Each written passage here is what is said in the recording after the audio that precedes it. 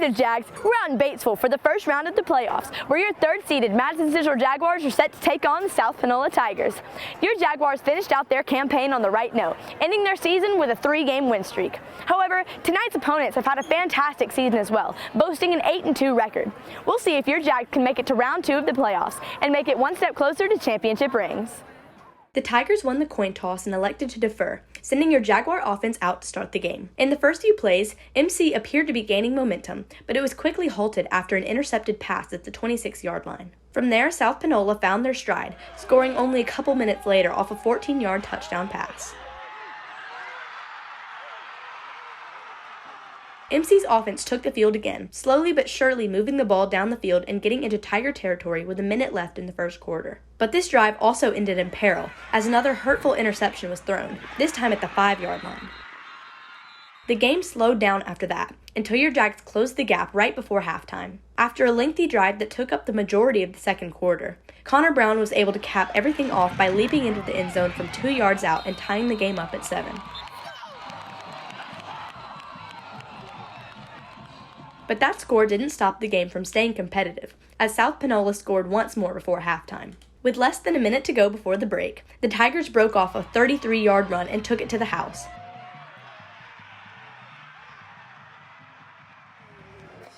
There the first half ended, with this game staying neck and neck with a score of 14-7. South Panola came out of the locker rooms receiving the ball, and they started the new half out with the same energy they had before. In less than 5 minutes, they scored again, turning the score to 21-7 after a 3-yard rushing touchdown. From there, however, MC fired up their engines and flipped this game on its head. When your Jaguar offense took the field, they showed their dominance in both the run and passing games, and the drive ended off with a tricky play that saw Vic Sutton cruise into the end zone, changing the scoreboards to 21-14.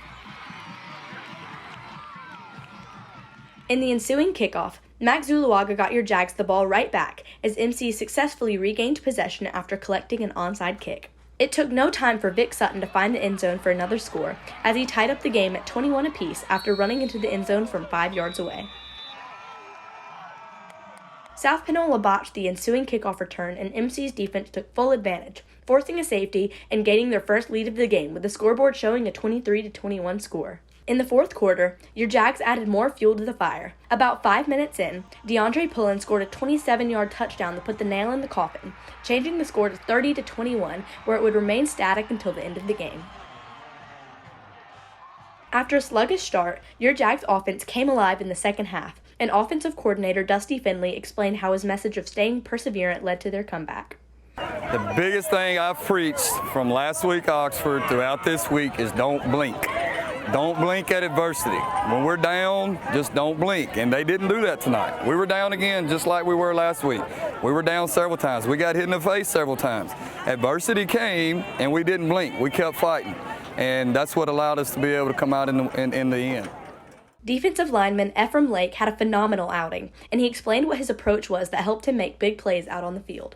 I just knew that there had to be a turning point in the game at some point like there was last week. When I made that play last week, I was just thinking something has to happen now, and we got to get on it. We didn't have time to play around and mess with plays, so just get on the ball as fast as I could and hit them hard.